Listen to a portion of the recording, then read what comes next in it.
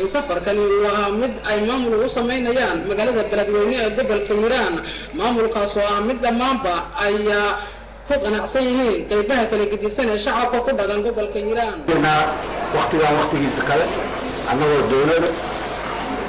oo isxaafidnay annaga dhexdeena deeskaanana dhibka ka yareynay inaan la ganacsano meesha aan hiigsanayno waa meeshaas 8 milyan oo dhaqaale oo wax gada karto ayaa deeskeena 8 milyan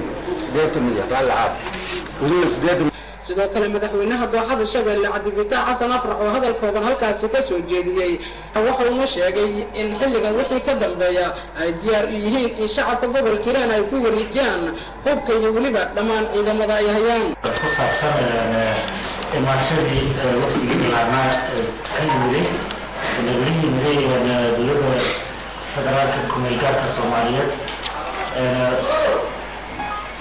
يا مسؤول كل سرية أورك على السنة آذن عبد الله عوالة وقفتك الله يا دنكي ستل مامي يوحوا هرمرة وشعب قبل كيران هرمرة وعدمامبا أي تاجرسيين أورك على السنة يقصوا كان جدها قبل كيران